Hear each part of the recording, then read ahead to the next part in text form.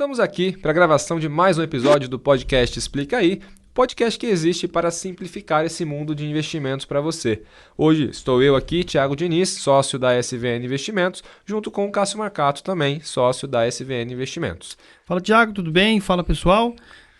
O tema que a gente vai trazer hoje aqui para vocês é um tema muito em alta, muito em extrema relevância, que é qual é o efeito da inteligência artificial nas profissões.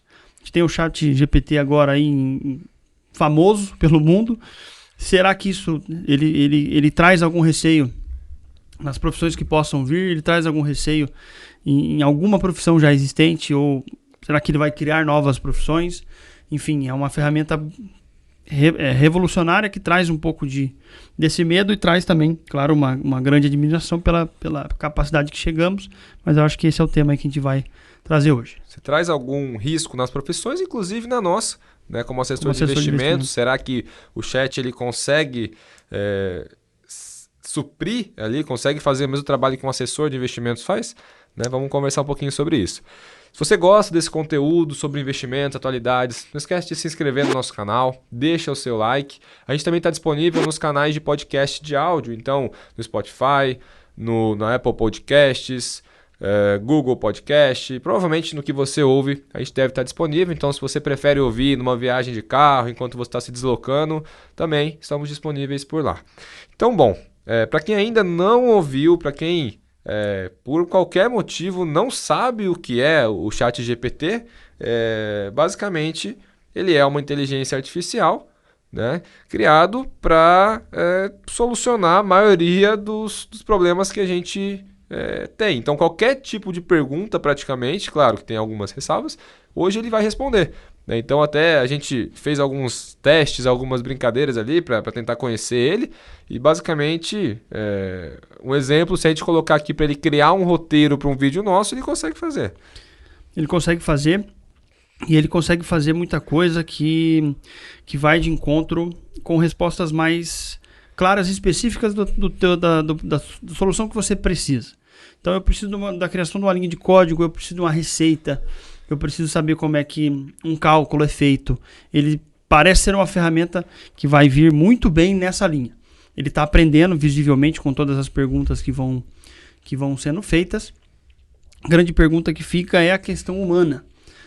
Principalmente em profissões como a nossa, talvez a advocacia, você tem que ter você tem uma parte que isso depende da convivência. Isso vai depender da relação que você tem entre as partes. Eu acho que aí talvez seja um ponto que talvez não terá avanço, mas ele é uma ferramenta que de fato traz essa questão de respostas ali, que trazem essas respostas de uma maneira mais prática, quando elas são práticas também. Pelo menos foi o que eu senti até o momento. Sim. Esses dias eu perguntei para um amigo meu, que ele é programador. E aí eu falei, cara, você não tá com medo de que o chat daqui a pouco ele substitua o teu trabalho? Ele falou, cara, eu acho que assim, ele não vai substituir, mas ele vai fazer com que a profissão seja reinventada praticamente. Porque o chat, ele consegue criar códigos de programação. Então o que talvez um programador ficaria ali várias horas quebrando a cabeça para fazer, ele vai conseguir fazer ali num tempo infinitamente mais rápido. Agora o ponto o chat GPT me dá as respostas. Só que eu só vou ter a resposta correta se eu tiver a pergunta correta. Então esse profissional ele vai ter que aprender a fazer as perguntas e aí ele vai conseguir solucionar o problema muito mais fácil, tendo ali o chat como uma ferramenta. Aquele exemplo, né, de que uma máquina vai ser sempre talvez mais veloz numa pergunta, num cálculo, em alguma coisa assim, principalmente com o avanço. A gente dobra a capacidade de informática há anos. Vai chegar uma hora que cada salto desses serão décadas que serão dadas. Então isso vai acontecer. Talvez venha a pergunta, né, será que então o ser humano nunca vai ser tão eficiente quanto uma máquina? Acho que a pergunta é outra. Será que alguma máquina algum dia vai ser mais eficiente do que um humano e uma máquina trabalhando juntos? Perfeito. Talvez não. Essa soma que talvez seja a resposta ali para essa pergunta de que será que a inteligência artificial vai substituir? Não, mas ela tem muito a agregar. Quando você aprender a trabalhar junto, né, aprender a fazer as perguntas, igual eu coloquei aqui, você vai ter um programador, um jornalista, às vezes entregando coisas muito mais rápida. É o jornalista que eu usei de exemplo porque o chat GPT hoje ele cria textos. Sim. Claro que não com a mesma competência que um jornalista vai ter. Talvez com o tato, né? Que ele tem Exato. ali pro público, que só ele sabe quem é o público dele. Perfeito, né? Mas ele cria. E o ponto é, hoje a inteligência artificial, ela tem um banco de dados absurdo, que é basicamente o que existe na internet, e a partir daí ele consegue criar coisas que não são copiáveis, assim, ele não está copiando, ele não está procurando assim... Está sempre criando algo novo. Exato. Criando. O que ele vai fazer não é simples assim, tipo, eu vou procurar um site que já respondeu a pergunta que o meu usuário está fazendo e colar a resposta, não é isso. Ele de fato está criando essa resposta com base no conhecimento disponível na internet. E isso é de fato uma ferramenta que auxilia muito, mas eu trago de novo a questão de que essa questão humana que existe entre nós, ela vai continuar sendo fundamental por muito tempo. Nossa profissão tem diversos exemplos nessa linha, porque eu posso perguntar para qualquer inteligência que possa vir quais são os melhores investimentos do ano, quais os que mais renderam em 22, quais os fundos imobiliários que mais pagaram dividendos, quais ações que mais pagaram dividendos, ele vai saber me responder porque ele está usando dados históricos. De uma maneira mais rápida, enfim. Ele pode até me falar como fazer uma carteira de investimento para uma pessoa que é conservadora.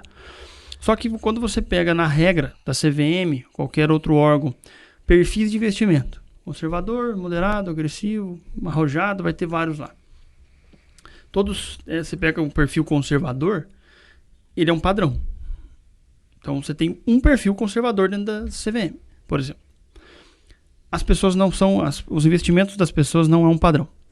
A gente aprendeu que as carteiras não são iguais, as pessoas não são iguais. Então eu tenho uma carteira conservadora que ele vai montar para mim, mostrando a diversificação do que precisa ser feito. Só que a gente sabe que tem clientes que às vezes vão ser mais conservadores ainda do que ele pressupôs.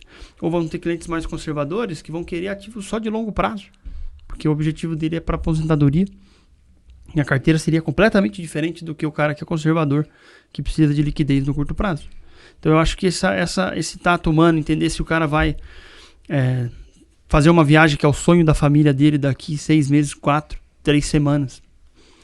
Ter essa capacidade de entender e analisar o perfil do cliente. Se ele de fato é para aquele tipo de investimento ou não, eu acho que é o que vai faltar, que é onde entra o que vai continuar entrando a gente. Sim.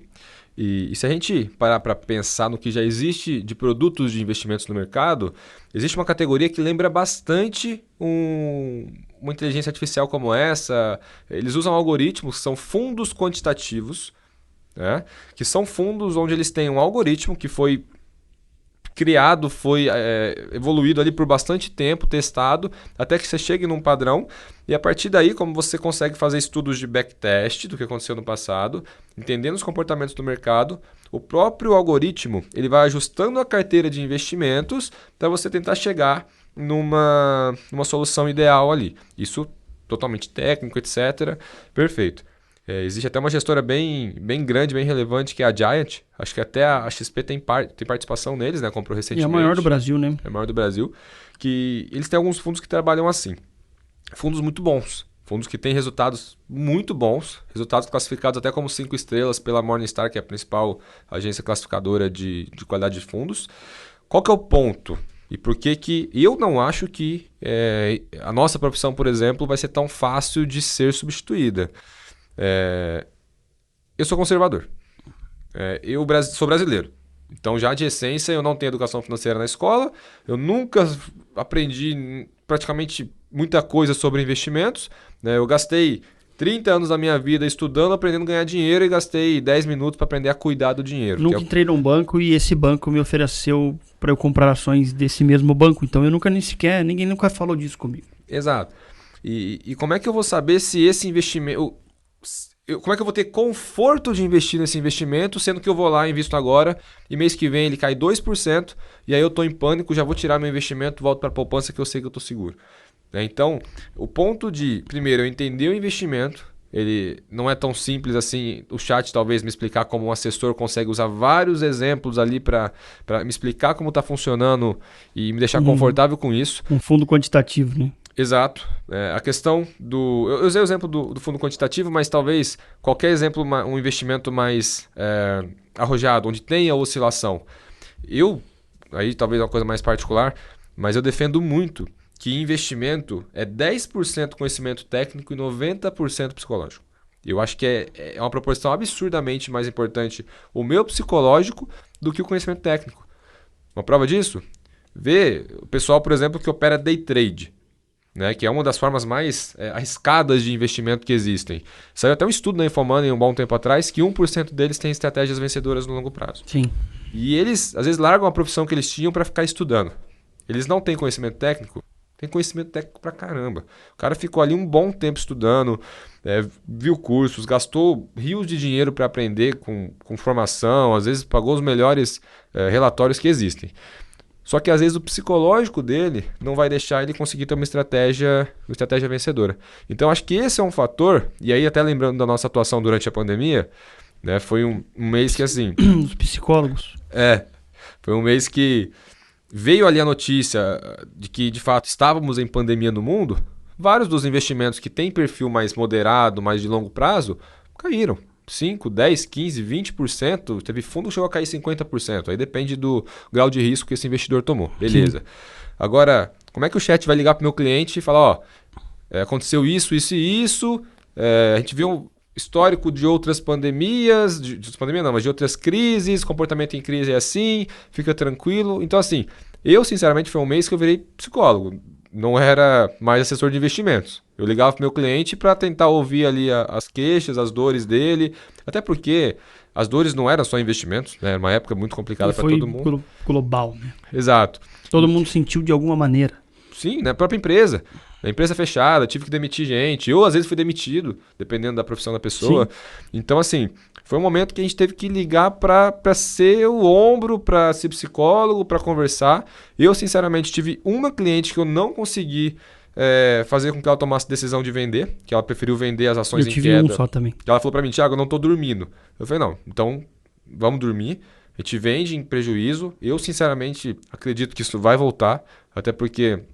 Não é a primeira vez que tem crise, não deve ser a última, mas historicamente sempre aconteceu isso, né? Quando o efeito de manada tomou conta, os preços ficam irracionais. Então vamos esperar eles voltarem a ser racionais. E hoje, cara, não faz sentido o preço de uma ação cair 50% se o impacto dela ali foi de 10%. Na empresa, sim.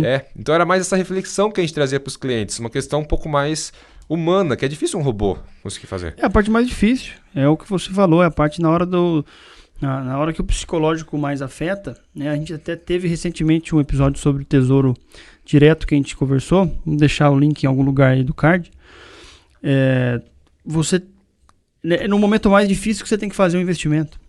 E é essa parte humana que eu acho que é a fundamental na nossa profissão. Conseguir entender, conseguir fortalecer a parte do pensamento, a parte do suporte. E entender também quem é o meu cliente. De novo, eu acho que uma inteligência artificial não vai conseguir ter esse sentimento, mas vai auxiliar demais nas questões técnicas. Você citou em fundos que já são guiados por algoritmos. Sim. Tem um fundo, não me lembro a gestora, que opera ações em Londres e o algoritmo está treinado para só fazer operações de compra de ações quando está sol, que é um lugar do mundo que o sol não é muito comum, né? É um lugar muito nebuloso, grande parte do ano, muita chuva, muito frio. E há estudos de que o sentimento das pessoas melhora quando o tempo abre, ficam mais propensos a comprar ação. O fundo intervém só nessa hora. O fundo intervém nesse momento e ele tem uma estratégia muito vencedora ao longo do tempo. Ótimo uso da tecnologia a favor. Onde entra o assessor de investimento? Thiago é o cara para ter esse fundo na carteira. Perfeito. Os objetivos do Thiago, a tolerância ao risco dele, a questão emocional dele, aceita ter um fundo na carteira de ações que é gerido por uma máquina. Sim ou não, isso vai depender da conversa e do tratamento de relacionamento que a gente vai ter entre o cliente e o assessor. Ótimo. A tecnologia vem para agregar, caso for o caso desse cliente. E aí acho que é um exemplo ótimo da gente, de novo, evidenciar como que a soma entre o robô e o humano vai ser, provavelmente, a melhor saída. Alguém teve que perceber que as pessoas, elas ficavam mais animadas em dias de sol. Sim. Que as pessoas mais animadas tendem talvez a comprar ações ao invés de vender. E que isso faz com que as empresas performem melhor na bolsa, etc. Foi um humano que construiu o algoritmo, é isso que você está querendo dizer. Né? Foi isso que eu quis dizer. Aonde que entra a questão do robô? Eu não vou ficar todo dia abrindo ali o The Weather Channel, olhando se vai estar sol. O algoritmo eu cruzo ali, ele cruza dados, tá bom. Ele já fez isso aí de uma forma 1000 vezes mais rápido do que eu faria. Só que assim, de novo, a afirmação que eu fiz no começo. O algoritmo me traz a resposta. Só que só traz a resposta porque eu fiz a pergunta. Então, e a pergunta certa. Exato.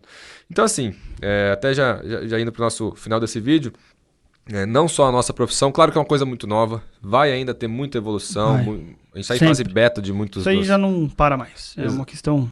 Sim, mas é muito difícil que a gente consiga substituir isso. Eu tenho certeza que a gente está vivendo uma nova fase muito importante e que esse vai ser um marco. Daqui a 10 anos a gente vai lembrar falando, nossa, em 2022, 2023 aconteceu aquele fato e você lembra como é que era aquela época? Parece que a gente estava falando com os índios lá, que eles eram muito arcaicos. O surgimento da internet colocou em xeque milhões de empregos, milhões de carreiras, milhões de caminhos.